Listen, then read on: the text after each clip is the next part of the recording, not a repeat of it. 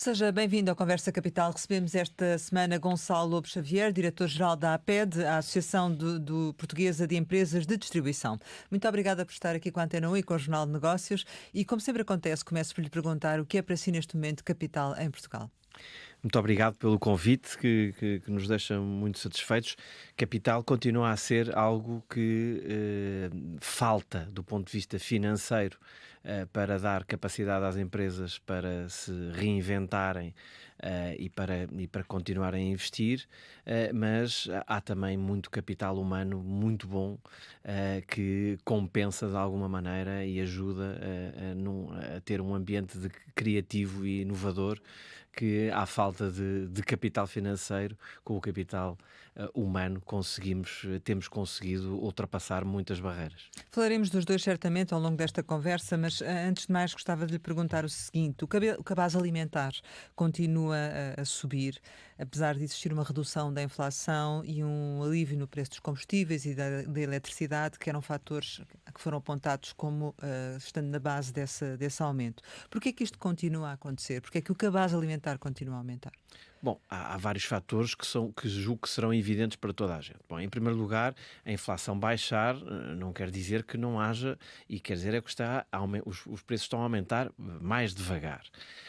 E evidentemente que quando há uns anos atrás, 2, 3 anos atrás, invocávamos o crescimento dos preços dos combustíveis e de outros fatores de produção e, consequentemente, nos transportes, agora temos legitimidade para invocar uma coisa que está à vista de todos, que é o crescimento dos salários. Que todos nós queremos que os salários aumentem, evidentemente, e tem havido um esforço coletivo das empresas para que os salários aumentem e haja mais disponibilidade financeira no bolso dos portugueses, mas isso tem consequências em toda a cadeia de valor. Então está a dizer que o aumento do cabaz alimentar está relacionado com o aumento dos preços Eu estou a dizer com o aumento dos vencimentos? que o aumento dos salários explica uma parte significativa do aumento do cabaz alimentar. Agora, se juntar a isto os salários de toda a cadeia de valor, desde a produção agrícola à agroindústria, naturalmente aos transportes, à logística, evidentemente que somos nós, retalhistas, que damos as más notícias ao consumidor, mas mesmo assim, devo dizer que se analisarem com cuidado os relatórios e contas das maioria das empresas do retalho alimentar, vão ver que houve um esforço muito grande por via de não aumento das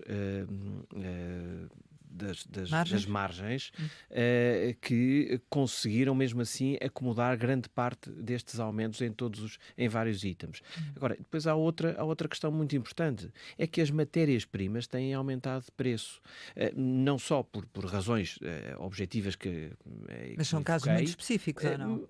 Sim, ou é generalizado? mas que acaba por ter muitas consequências em muitas famílias de produtos. Eu sei que eu podia invocar aqui o café, ou o cacau, ou a carne, que de facto são bastante visíveis. Mas há outros elementos que fazem parte do cabaz que estão a sofrer também de algum investimento que tem que ser feito em nome da sustentabilidade. E repito, ninguém no nosso setor está contra o aumento dos salários e remunerar melhor as pessoas, ninguém está contra a sustentabilidade e a necessidade de investir em ecodesign e investir em novas formas de educar os consumidores para a utilização racional do plástico, para o combate ao desperdício, mas tudo isto são custos que são transversais a toda a cadeia de valor e que naturalmente ajudam a explicar este crescimento.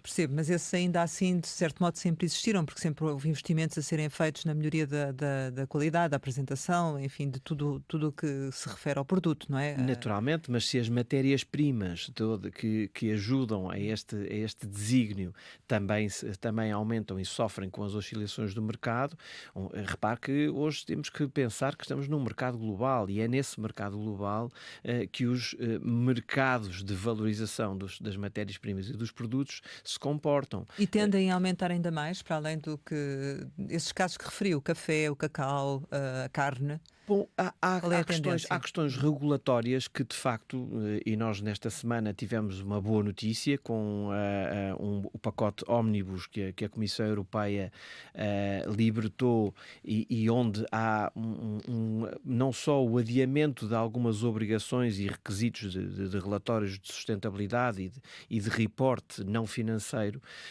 mas também, para além do adiamento do cumprimento destas obrigações, que mais uma vez ninguém está contra, o que é preciso é que o mercado se adapte e tenha tempo para adotar todas as medidas e responder a todas as questões regulatórias. Mas, para além disto, se pensarmos que há tensões nos transportes, geopolíticas, que, mal ou bem, têm impacto. Portanto, ninguém pense que, por haver um conflito no Mar Vermelho, isto não tem consequências para Portugal. Ninguém pense que o problema de fornecimento de cereais no mundo ficou resolvido por se ter deixado de alguma maneira os cereais da Ucrânia passarem para o resto do mundo.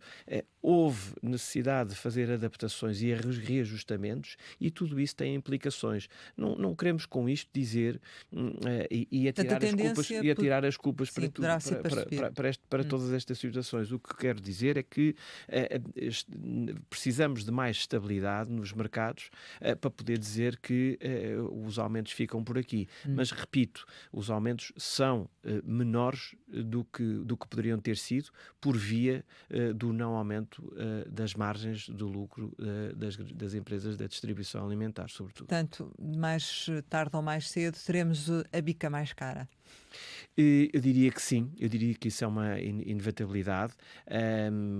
Os dados recentes da evolução do mercado indicam isso, até curiosamente não apenas pelas más campanhas do café nos últimos anos, mas também por uma alteração do comportamento do consumidor. O consumidor europeu, que tipicamente tinha uma preferência por certo tipo de café, o café arábica, o mesmo robusto, hoje no norte da Europa passou-se a consumir muito mais café que era tipicamente o café do sul da Europa. Tudo isto, acreditem, tem implicações e eu acho que podemos esperar daqui mais uns meses, mas dificilmente se vão aguentar com a bica ao preço que está atualmente. Em termos globais, para este ano, a perspectiva é então de um aumento de preços ao consumidor de uma forma generalizada, não só nestas matérias-primas em específico? Eu não posso dizer isso com essa certeza. O que posso dizer é que poderá haver um aumento de preços e todos os anos os nossos fornecedores nos apresentam no final do ano uma nova tabela de preços a praticar a partir de janeiro e o que nós verificamos é que houve, de facto, aumentos noutros produtos, houve estabilidade noutras famílias de produtos, aqui falando apenas e só no retalho alimentar. Agora, não esperamos que sejam subidas, mas que sejam subidas mais suaves do que já tivemos em outros anos, e não há muito tempo, há 2 ou 3 anos. Em termos gerais, e há pouco falámos da questão das margens de lucro e como têm tentado conter essas margens, mas qual é que tem sido a evolução, ou qual é que foi a evolução ao longo do ano? Que retrato é que se pode fazer? Eu posso dizer com muita segurança que, mais uma vez falando aqui especificamente no retalho alimentar, que o negócio alimentar é um negócio essencialmente de volume, um negócio de Certo. muitas vendas, mas de margens muito esmagadas. E mais uma vez, reportando aos relatórios e contas que são disponíveis e que são públicos, assistimos a margens na ordem dos 2, 3%, até menos. E isto é uma tendência para continuar no retalho alimentar. E reparem também que em Portugal, de facto, a concorrência entre os retalhistas é tão grande e todas as soluções que se inventam para ganhar um cliente, no final do dia beneficiam o consumidor. Porque hoje temos um consumidor muito menos fiel ao retalhista A ou ao retalhista B. O que temos é um comportamento com uma cesta muito mais pequena, uma ida mais frequente aos supermercados, mas uma escolha cada vez mais racional. E isso é positivo para o consumidor, porque tem a total liberdade de escolha e pode escolher os melhores negócios nas melhores alturas, e com isso economizar e gerir melhor o seu orçamento. Mas não há, muitas vezes, ou não corremos o risco de atingir uma certa agressividade nessa competição por captar o cliente? Há campanhas simultâneas, estou a falar no caso do retalho alimentar, a decorrer, e com propostas que cada um tenta que sejam cada vez mais aliciantes, mas até onde é que isto vai chegar? Porque tem realmente vindo a subir, não é? Mas eu volto a dizer que isso é, É saudável. do ponto de vista do setor, parece-nos isso muito saudável. Repare que aqui há uns anos acusavam o setor de ser muito concentrado, de ter práticas que não eram interessantes do ponto de vista concorrencial. Hoje é um discurso que ninguém tem. Ninguém pode acusar os associados da APED, do retalho alimentar, de fazerem qualquer tipo de prática que não seja interessante para o consumidor. Hoje temos uma concorrência feroz, mas leal. A prova disso é que estão todos os associados, estão todos os retalhistas, a grande maioria dos retalhistas, grandes e pequenos, estão associados na APED, convivem bem, há partilhas de boas práticas dentro dos limites do que é a lei da concorrência, naturalmente. Agora, há uma concorrência forte não apenas no preço, mas também na experiência de compra, na introdução de inovação, de tecnologia, num crescimento que se vê das marcas próprias para abrir um leque de escolha mais alargada ao consumidor, que no final do dia consegue escolher não só pelo preço, mas também pela preocupação pela sustentabilidade, não só pela conveniência, e isso tem sido bastante positivo. As marcas próprias atingiram um valor recorde no ano passado, portanto pesam 45%, mais ou menos, da compra no retalho alimentar, mas no último trimestre do ano passado, segundo os dados de uma consultora revelados recentemente, houve um abrandamento desse crescimento, portanto já não estão a crescer, continuam a ganhar cota, mas não ao mesmo ritmo. Qual é a tendência daqui para a frente? Vamos estabilizar aqui, chegar a 50%? Quais são as perspectivas? Eu diria que é importante perceber que temos diferentes tipologias de retalhistas, e uns mais agressivos do ponto de vista do hard discount e da marca própria, que têm um peso substancial no seu espaço comercial, e depois temos retalhistas diria, mais diversos, onde o peso da marca de indústria ainda é muito relevante. Parece-me que há espaço para todos, parece-me que são propostas igualmente interessantes para o consumidor, para a tal liberdade de escolha que nós insistimos que é fundamental. Não sei qual será a tendência, não posso dizer, mas parece-me que estabilizou.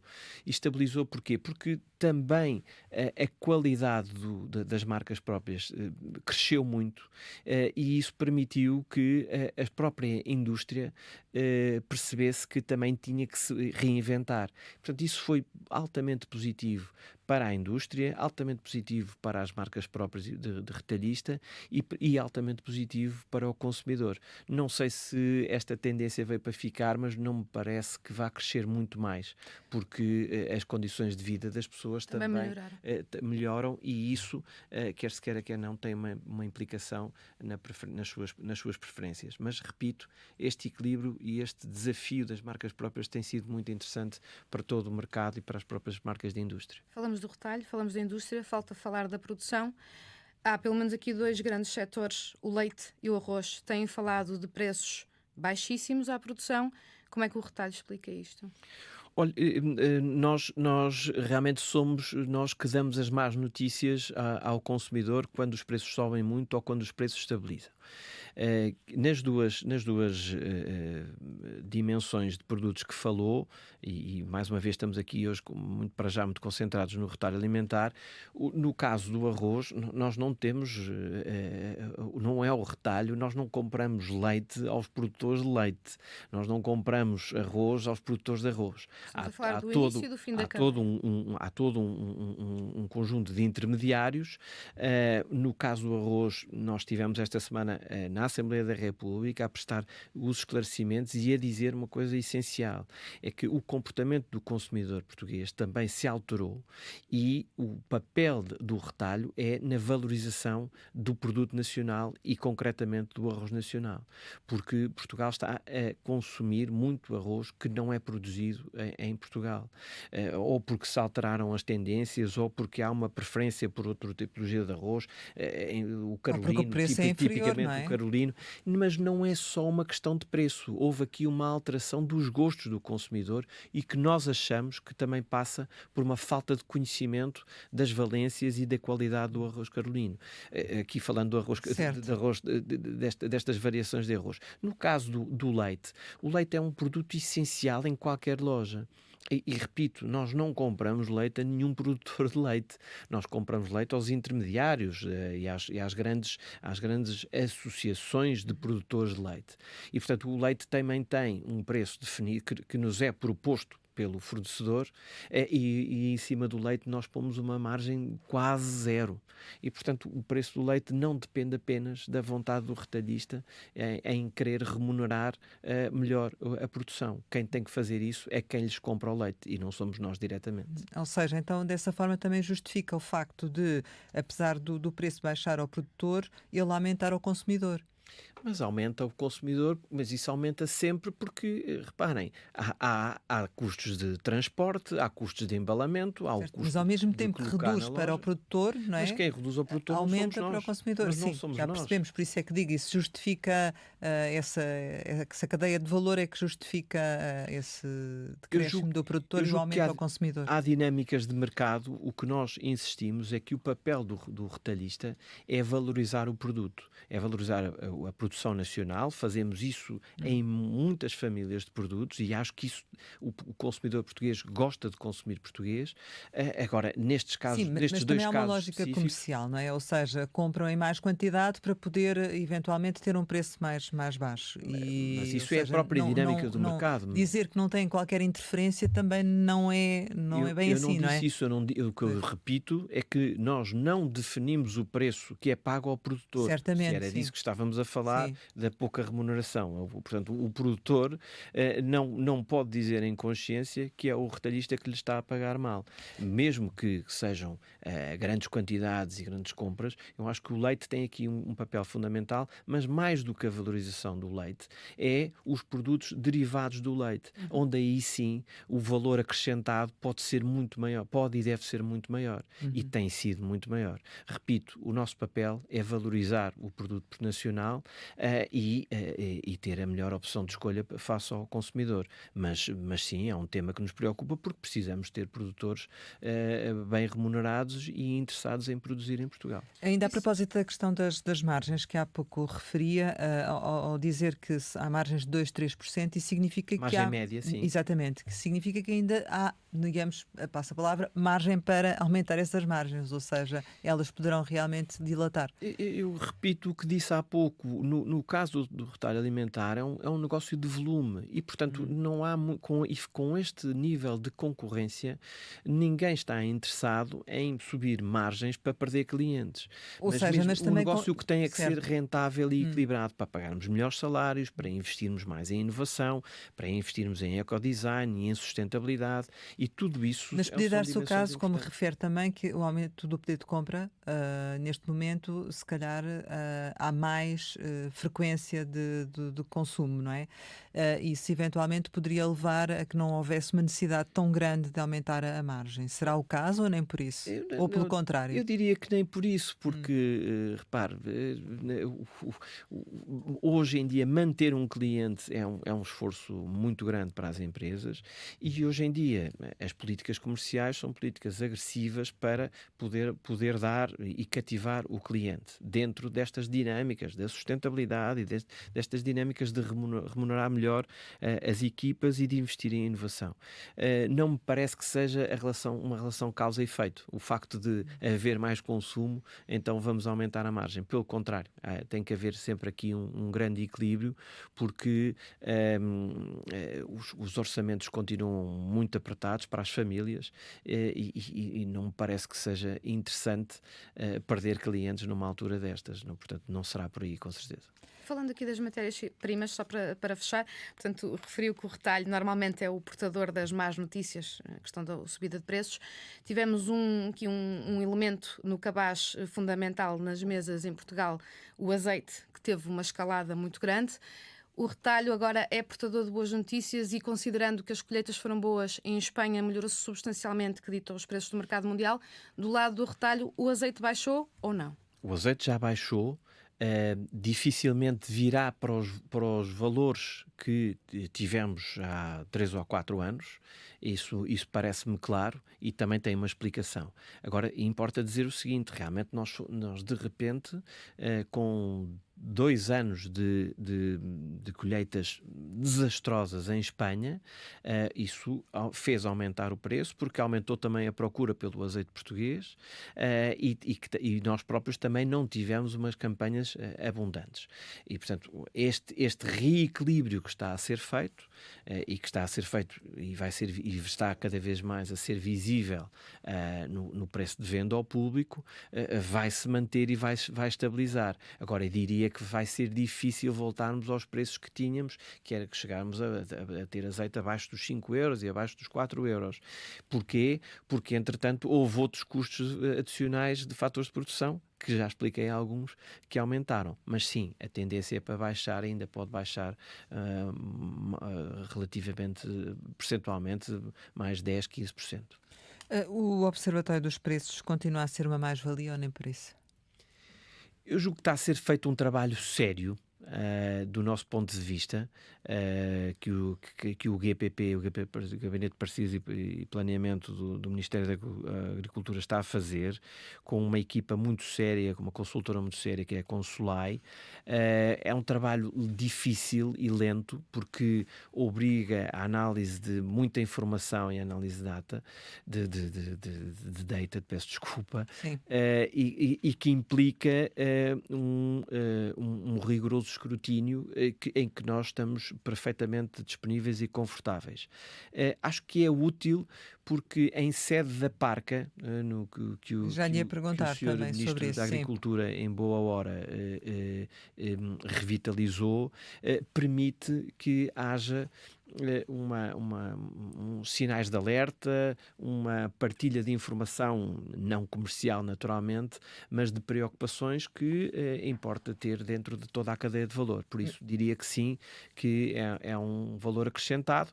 Ainda pode melhorar muito, sobretudo porque a comunicação tem que ser mais ágil e não pode induzir em erro nenhum aspecto da cadeia de valor. Mas está-se a referir ao público em geral ou para os parceiros? Estou-me a referir às duas dimensões, porque uma comunicação mal feita pode induzir em erro o consumidor, e isso não seria nada desejável. Mas refere-se a algum caso em concreto? Não, quer dizer, hipotética, olha, muitas vezes, eu gosto muito da classe jornalística, mas muitas vezes uma frase num comunicado mal interpretada pode dar origem a um soundbite mal interpretado, e é esse o risco que nós temos que evitar, e parece-me que há seriedade em todo este processo para evitar isso. A Parca que referia é a plataforma de acompanhamento das relações na cadeia alimentar. Vocês tinham uma reunião para este trimestre, ela vai acontecer, já aconteceu? Com o Governo, sim. Vai acontecer.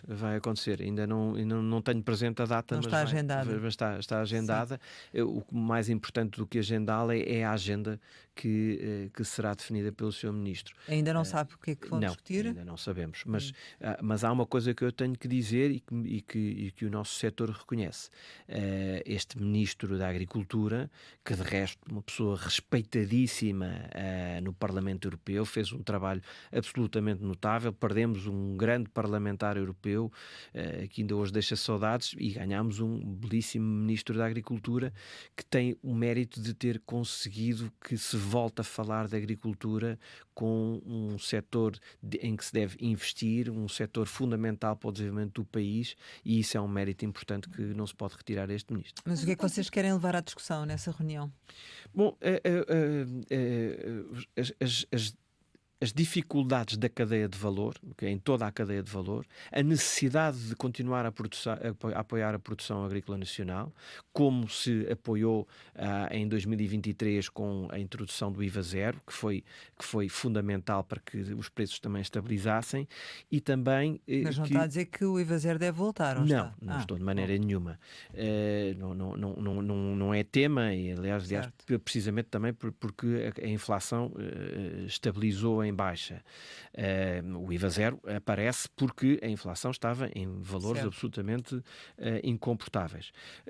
Mas um dos temas que queremos realmente que se insista é o processo regulatório, que de resto o Sr. Ministro conhece bem, que existem e que vai obrigar a cadeia de valor, apesar destes adiamentos, a ter que investir e a ter que dar um reporte não financeiro que vai ter consequências nos preços e que vai ter consequências na forma como o mercado vai funcionar. Aqui falo claramente do regulamento anti-deflorestação, que é um regulamento que, do ponto de vista conceptual, nós não estamos naturalmente contra, porque é um esforço que a Comissão Europeia quer que os Estados-membros tenham no sentido de importar matérias-primas, mas que garantam que houve uma responsabilidade social, quer no comportamento das pessoas que trabalham nestas operações agrícolas, seja em África, seja onde for,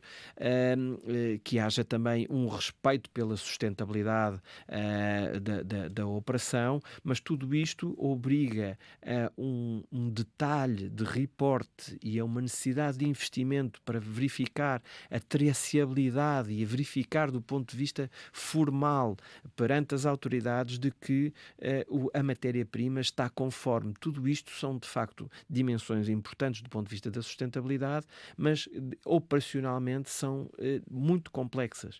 E, portanto, na Parca gostaríamos que houvesse haja um conhecimento global por parte do Ministério da Agricultura, mas também de toda a cadeia de valor, dos impactos que legislações que são feitas em nome de uma suposta sustentabilidade, mas que depois dificultam muito as operações. Repito, ninguém está contra a sustentabilidade e a necessidade de protegermos o planeta, mas precisamos de tempo e precisamos de seriedade e, sobretudo, de que haja, desculpem esta expressão, um impact assessment da legislação que se pretende implementar. Isto tem consequências e é preciso que as pessoas todos os atores tenham consciência disso. A Comissão Europeia adiou, de resto, por um ano esse regulamento. Isso não é suficiente? Olha, eu diria que, em primeiro lugar, este regulamento, esse adiamento é de 1 ano para as grandes empresas e de 1 ano e meio para as pequenas empresas. Ora, o que eu lhe posso dizer é que, se falar com a APED, se falar com a agroindústria, com a FIPA, se falar com os próprios agricultores, com a CAP, dir-lhe-ão que é pouco tempo. E é pouco tempo não porque nós não queiramos, mas, de facto, a necessidade de reporte e o que isto vai obrigar em termos de investimento humano e tecnológico... Mas não deviam já ter começado a trabalhar nisso? Mas ainda bem que faz essa pergunta, diriam todos os entrevistadores. Nós já estamos a trabalhar nisso há muito tempo, mas faltam-nos as guidelines da própria Comissão. Essa é que é a grande questão. A Comissão, nesta altura, ainda não tem cá fora uma série de regulamentos e uma série de plataformas tecnológicas que têm que ser carregadas com essa informação e que dificultam muito a operação. Nós temos tido o apoio em Portugal, quem vai tomar conta deste reporte é o ICNF e a DGAI. Ainda há 2 dias tivemos uma reunião magna de trabalho com os nossos associados e elementos do ICNF e da DGAI para nos explicar e para eles próprios nos esclarecerem muitas das questões que têm que ser preenchidas literalmente pelas empresas, e ainda há muitas zonas cinzentas e, portanto, não é má vontade Daí a nossa, necessidade, não é? é a própria Comissão que está atrasada, e isto parece-nos curto, mas lá chegaremos. Ouvimos-lo aqui a elogiar a atuação do Ministro da Agricultura e o seu passado, e em relação ao Ministro da Economia, a expectativa era maior do que aquela que está a acontecer no terreno, ou antes pelo contrário?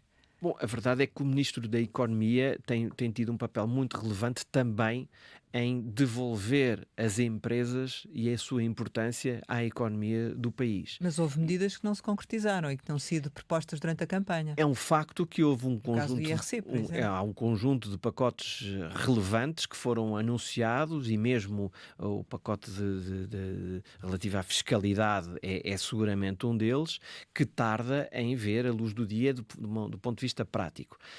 E nós também eu podia facilmente apontar o dedo a este governo dizendo que falta uma Secretaria de Estado do Comércio. Por exemplo. Mas a verdade é que o nosso interlocutor, o Secretário de Estado da Economia, tem sido bastante útil no sentido de o sensibilizarmos para estas matérias que acabei de falar, do excesso de regulação de Bruxelas, e desse ponto de vista julgo que têm feito um bom trabalho.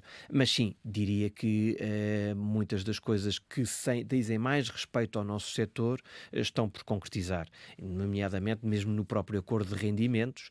Nós estamos associados à CIP e subscrevemos a atitude da CIP relativamente ao acordo de rendimentos. Havia aquela nossa ideia que nos parece muito interessante do 15º salário, do apoio, enfim, a uma valorização fiscal, se fossem dado cumprimento ao aumento dos salários até determinado percentagem.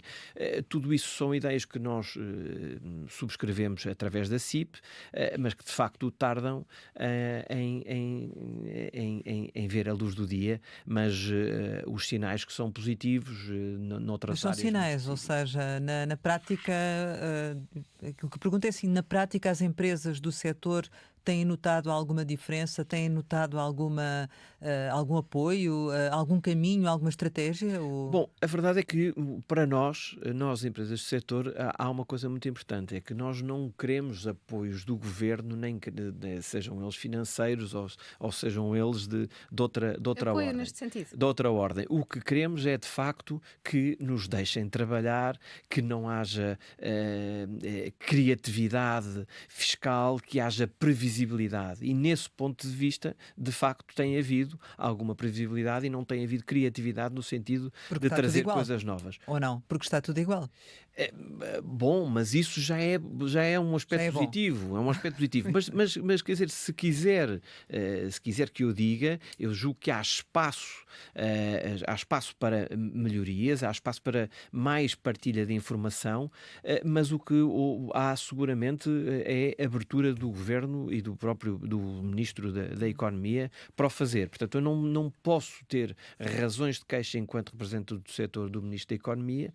Acho que pode ir mais além, mas de facto também as tensões e os diversos focos que tem tido de apagar noutros lados, porventura ainda não permitiu que chegasse à nossa agenda. Um dos pontos onde pode ir mais além será acabar com a taxa de segurança alimentar mais, que é aquilo que vocês defendem, é isso? Nós há muitos anos que defendemos a extinção dessa taxa. Não passará seguramente apenas pelo Ministério da Economia, passa também seguramente pelo Ministro da Agricultura e pelo Ministro das Finanças.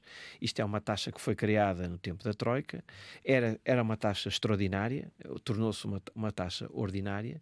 Nós temos consciência que o seu valor é do ponto de vista fiscal e da receita fiscal, muito relevante para o Governo, para os governos, todos, nenhum deles se manifestou disponível para a rever. A verdade é que o valor da taxa não mudou, portanto, o que concorre para o cálculo da taxa não mudou nunca. Diria que isto é um bocadinho o peso na consciência dos sucessivos governos.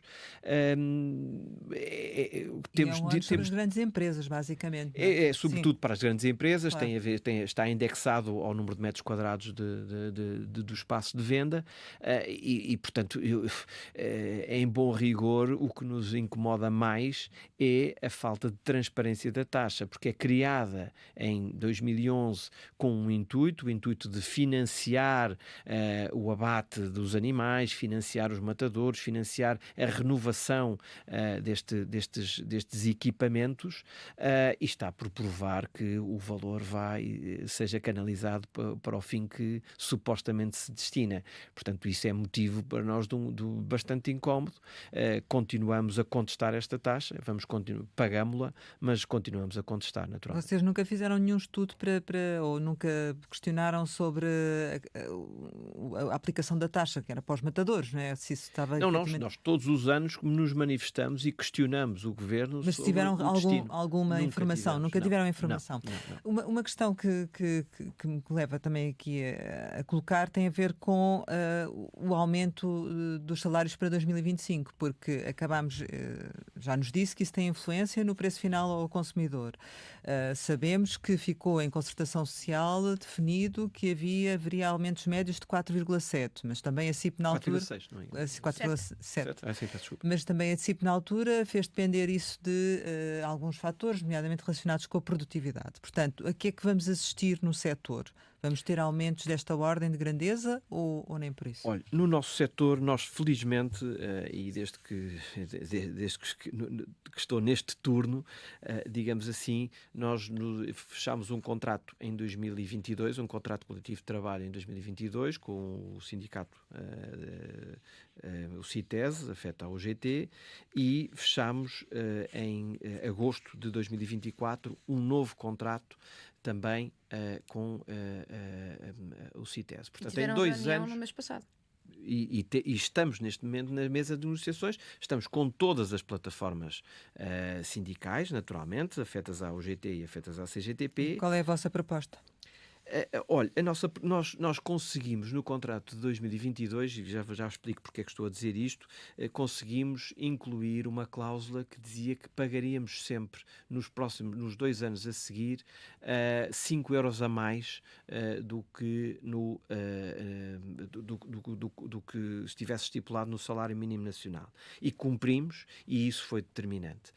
Nós neste momento estamos na negociação, eu não queria adiantar muito mais, mas a verdade é que se em 2023 conseguimos um crescimento médio na massa salarial do contrato na ordem dos 4,5%, é nessa luta que estamos agora a tentar fechar um contrato. Mas disse 2023 ou 2024? O 2024, peço certo. Desculpa. O último que fechámos em agosto de 2024 já teve um crescimento médio de 4,5%, e é nesse registro que queremos continuar, embora as negociações estejam a ser difíceis. A conjuntura é também difícil. Estou a dizer que é um objetivo, mas que ainda estamos tivemos já uma reunião este ano, e estamos à espera de uma contraproposta para podermos voltar a sentar, e vamos sentar no princípio de março. O consumidor que se prepare. Eu acho que isso é um bocadinho perverso, porque nós queremos todos que os salários aumentem e que as famílias tenham maior rendimento disponível. Eu acho que o que nos devíamos era preparar para baixar os impostos, para o consumidor ter aumentos de salários e com isso ter um verdadeiro aumento de rendimento disponível em face do que vai ganhar. Ou seja, o Estado tem que fazer a sua parte também. Não temos qualquer dúvida que o Estado tem que fazer a sua parte. Tem que fazer a sua parte no IRS, poderá ter que fazer a sua parte na harmonização do IVA, que é uma outra luta da APED e da própria CIP, no IVA dos alimentos, tem que, de facto, ter uma revisão. Nós comparamos muito mal com a maioria dos Estados-membros, comparamos pessimamente com Espanha, e isso garante-lhes que tem consequências nos nossos associados que estão mais perto da fronteira. Isso já voltou a ser falado ou nem por isso com o Nós Governo? estamos a trabalhar com a FIPA e com a Centromarca e com uma consultora num estudo que parece-nos que vão dar umas pistas interessantes, mas claro, a decisão É entregar será ao sempre... Governo esse estudo? Sim, naturalmente, para apresentar ao Governo. Percebemos que seja um tema para uma legislatura, e percebemos que tem que haver também condições e haver equilíbrio, porque o Ministro das Finanças também precisa de equilíbrio para todo o resto. Neste momento decorrem então as negociações com os sindicatos, Sim. mas considerando pelo menos o que se passou no último semestre do ano passado, paralisações, greves na altura do Natal e final do ano, inauditas, os 2 dias, não é? Há aqui claramente um descontentamento do lado dos trabalhadores. Qual é atualmente, para não irmos às propostas, compreendendo naturalmente que esteja na fase negocial, qual é atualmente o salário médio no setor? Olha, a resposta é muito simples, anda perto dos 1.300 euros. É um salário médio que tem vindo a crescer. Eu recordo que estive aqui há alguns anos nesta sala e respondi que andava 920. à volta dos 920 e, portanto, neste momento já estamos muito perto dos 1.300 euros. Evidentemente que tem a ver com estes crescimentos e com as alterações no salário mínimo nacional. Mas deixem-me dizer-lhes uma coisa que me parece muito importante. Em primeiro lugar, respeitando naturalmente a luta sindical e respeitando o direito à greve, devo dizer que as greves que foram anunciadas, quer no Natal, quer no final do ano, tiveram impacto zero. Repito, tiveram impacto zero nas nossas operações. Em segundo lugar, nós achamos que é muito importante ter sindicatos bem preparados e que sejam efetivamente aquilo que devem ser, importantes para a negociação dos contratos coletivos, importantes para a defesa dos direitos dos trabalhadores, mas infelizmente o que estamos a ver é que há uma perda da sindicância que se está a assistir um pouco por todo lado, quer no retalho alimentar, quer no retalho não alimentar. Isso não nos deixa satisfeitos e não é isso que altera a nossa forma de negociar, mas acho que os sindicatos também têm que se renovar um pouco, no sentido de serem verdadeiros braços armados das vontades dos trabalhadores.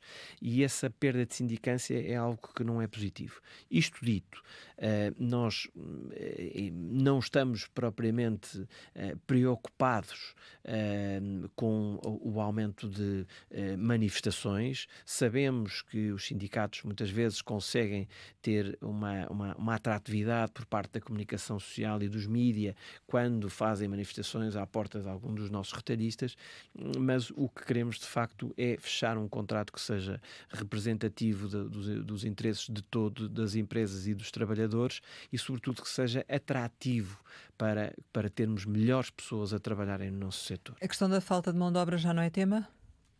Continua a ser tema de alguma maneira, na medida em que há sempre algumas funções, sobretudo mais técnicas, que necessitam de investimento. Esta questão da imigração e do que é que vai acontecer não afeta o setor? Não, nós temos uma componente muito grande de imigrantes a trabalharem nas nossas operações, seja em front office nas lojas, seja nos escritórios, seja na logística. Tem números? Não.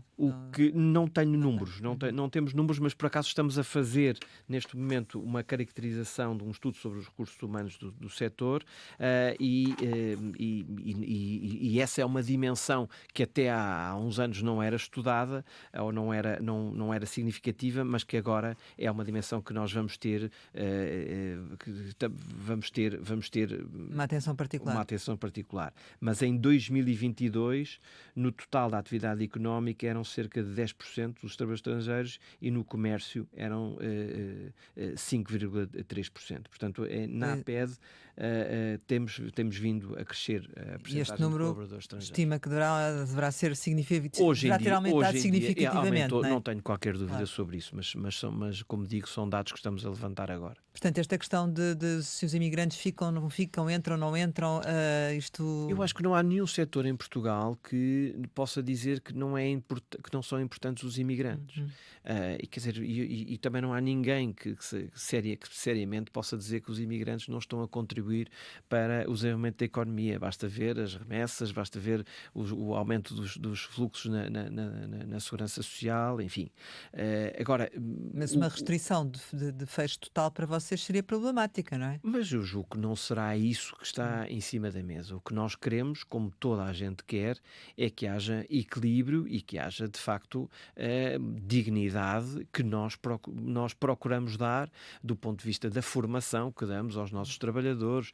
Uma das dimensões que estamos também a estudar tem a ver com a literacia, a formação Aprender português, no por idioma, exemplo. literalmente, Exato. aprender português, mas a verdade é que nós, sobretudo na logística, então tem sido um investimento muito interessante e que tem dado bons resultados. Aproximamos a passos largos do final, mas queríamos ainda falar aqui um bocadinho sobre o setor e perguntar-lhe em termos gerais se o setor vai... Sabemos que as grandes empresas ainda não apresentaram de todos os resultados, mas qual é que é a perspectiva do final do ano de 24, de como é que correu, como é que evoluiu o setor, se positivamente, qual é a expectativa? Diria que evoluiu positivamente e vou separar as várias dimensões. Olha, do ponto de vista do retalho especializado, na eletrónica de consumo, no desporto, no mobiliário, todos esses nossos associados reportaram valores muito interessantes de crescimento, não diria que a 2 dígitos, mas de crescimento em relação ao ano anterior, e com resultados interessantes. Não tão interessantes na área da moda, mas isso também tem explicações variadas e é uma tendência clima, que se está a Plataformas assistir. online da China?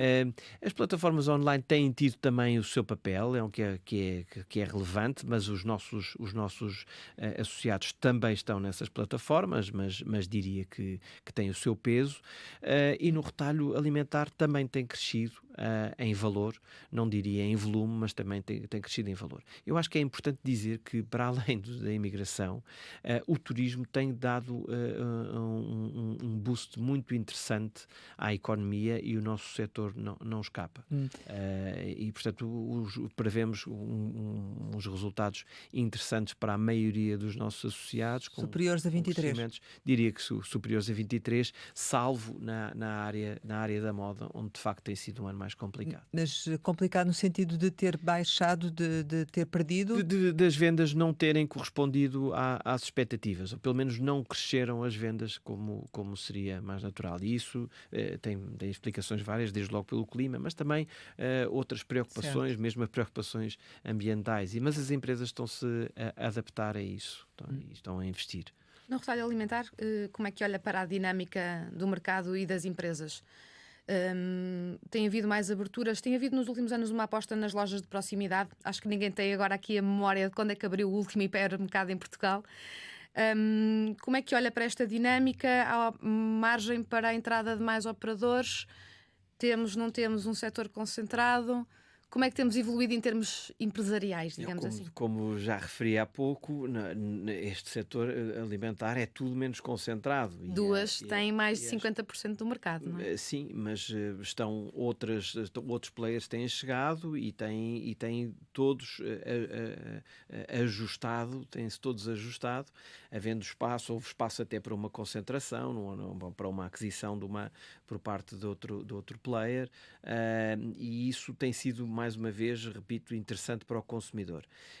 Não me cabe a mim responder se há espaço para a entrada de novos players. O que me parece é que o mercado continua, e é visível, continua muito apetecível. Há retalhistas que continuam a investir e a abrir novos espaços. Os que já tinham espaços suficientes estão a renovar os seus espaços e estão a investir também em áreas de sustentabilidade dos próprios edifícios, e tudo isso mostra uma dinâmica muito grande. Agora, não creio que seja eu que possa responder se há espaço para aparecerem mais retalhistas alimentares em Portugal. O que lhe digo é que há espaço para a criatividade e o consumidor tem respondido bem a estas dinâmicas. E para a consolidação? Uh, Houve uma muito recente, uma aquisição muito recente. Não tenho sensibilidade para poder responder. Parece-me que são opções comerciais de cada retalhista, e que a análise dos números e da evolução do mercado pode dar alguns indícios, mas não serei eu a responder. Sabemos para 25 que as incógnitas são grandes. Uma delas tem a ver precisamente com estes anúncios, avanços e recuos dos Estados Unidos relativamente às tarifas, mas há outras questões, como, enfim, a imprevisibilidade da guerra também já referiu aqui o preço dos produtos, não é?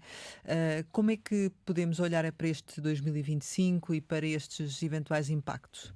Bem, há uma frase feita que tenho ouvido muito, que é: a única certeza é a incerteza do que irá acontecer. Parece-me importante que a Europa desperte do ponto, e há alguns sinais positivos. Quer dizer, os dois relatórios mais importantes dos últimos tempos do ponto de vista do crescimento económico e da competitividade da Europa, o relatório Draghi e o relatório Letta, deram pistas muito importantes para a simplificação de processos, a necessidade de investimento, e isso é transversal a todos os setores. O nosso setor, de facto, em Portugal tem um peso muito significativo na criação de emprego e na manutenção de emprego. Já somos mais de 146 mil pessoas a trabalhar neste setor, e que, quando se fala em digitalização de processos e necessidade de modernização dos nossos espaços, nós continuamos a investir, porventura não em capital humano de front office, mas noutro tipo de capacidade e de valências que são fundamentais para que o negócio se mantenha competitivo.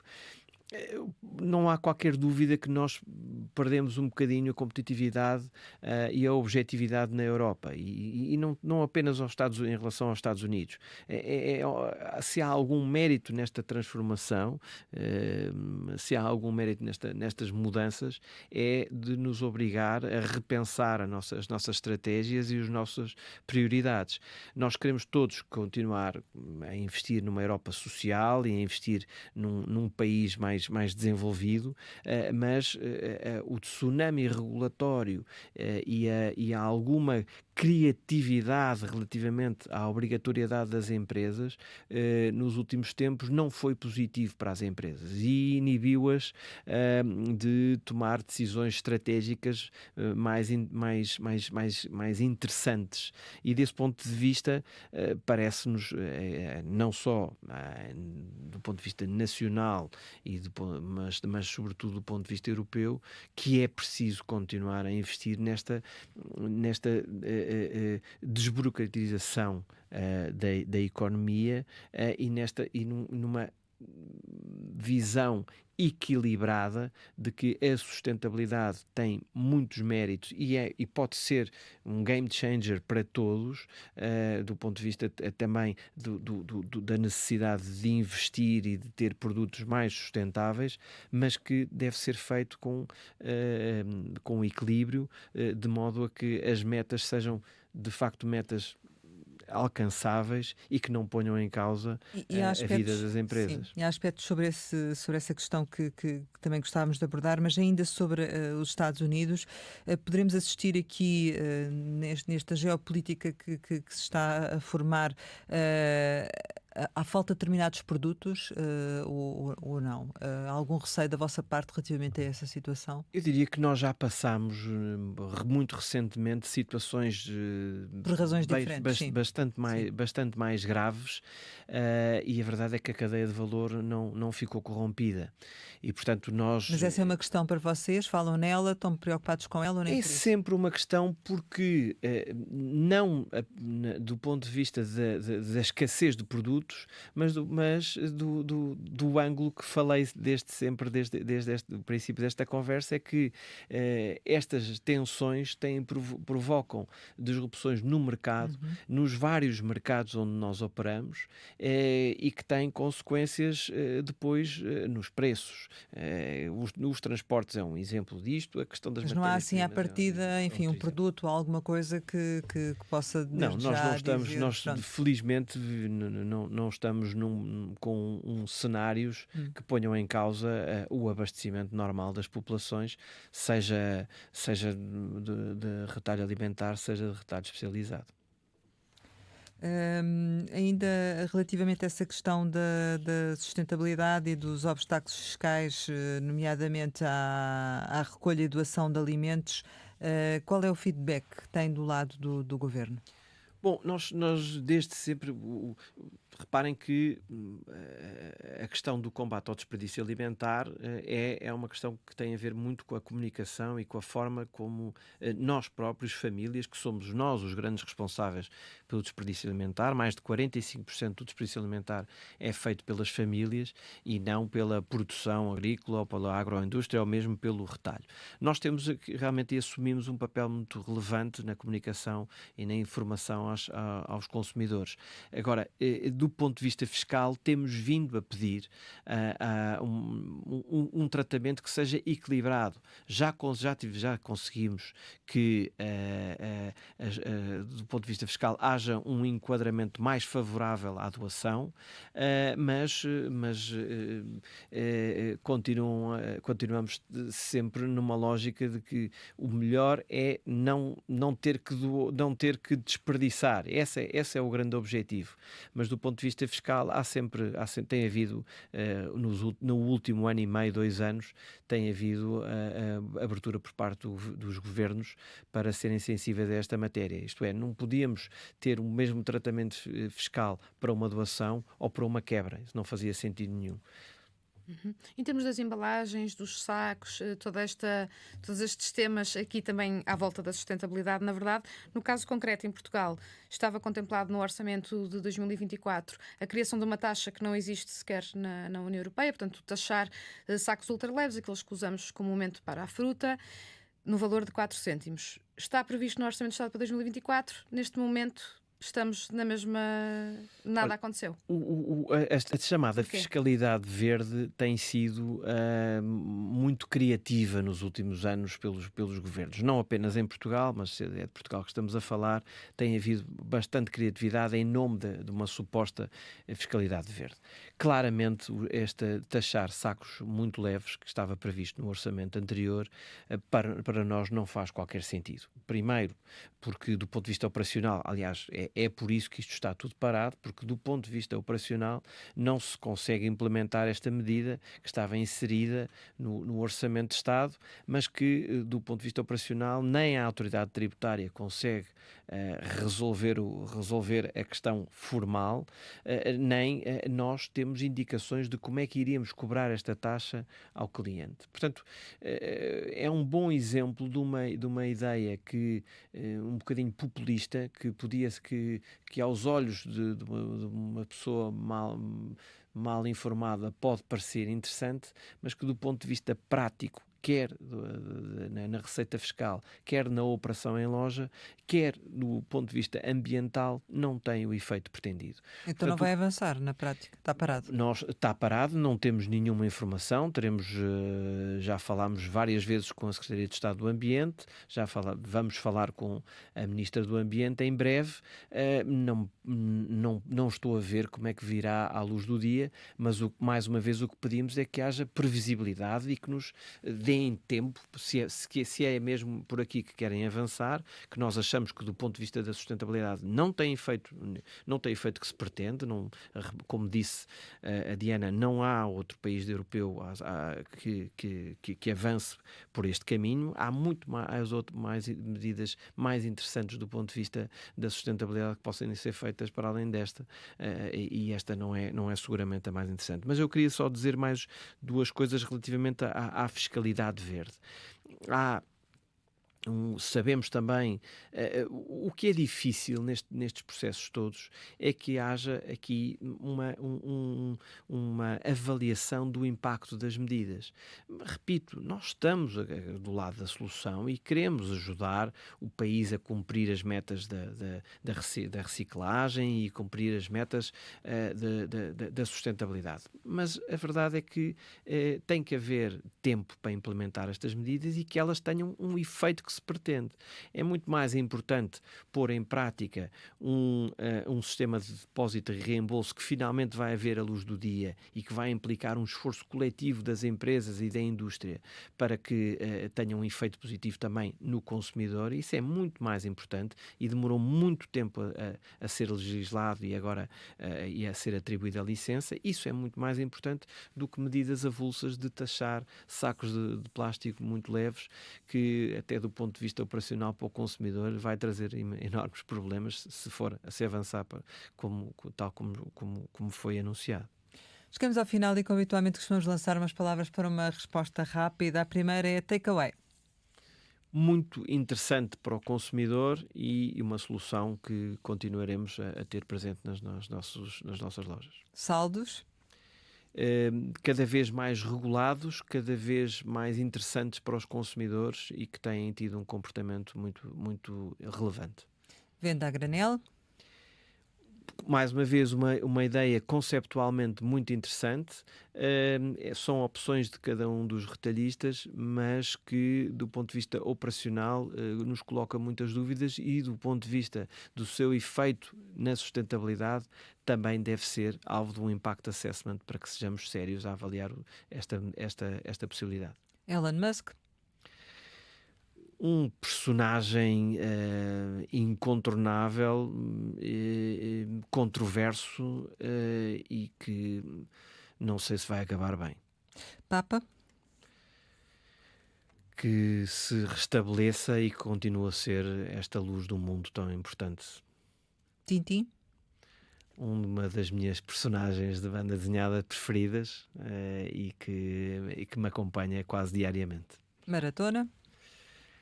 Fiz duas, é pouco provável que faça outra, mas continuo a correr frequentemente. Filhos. O lugar comum, o mais importante da minha vida e o meu maior achievement, se quisermos dizer assim. Académica. Uma paixão que sempre me acompanha. Custa-me em ver alguns jogos, mas nunca a abandonarei. Carnaval. Passa-me ao lado. Portugal. O melhor país do mundo para se viver. Gonçalo Lobo Xavier, muito obrigada por ter estado aqui com a Antena 1 e com o Jornal de Negócios. Nós regressamos para a semana com mais um Conversa Capital. Pode sempre ver novamente esta Conversa Capital com o diretor-geral da APED no site da RTP. Até para a semana.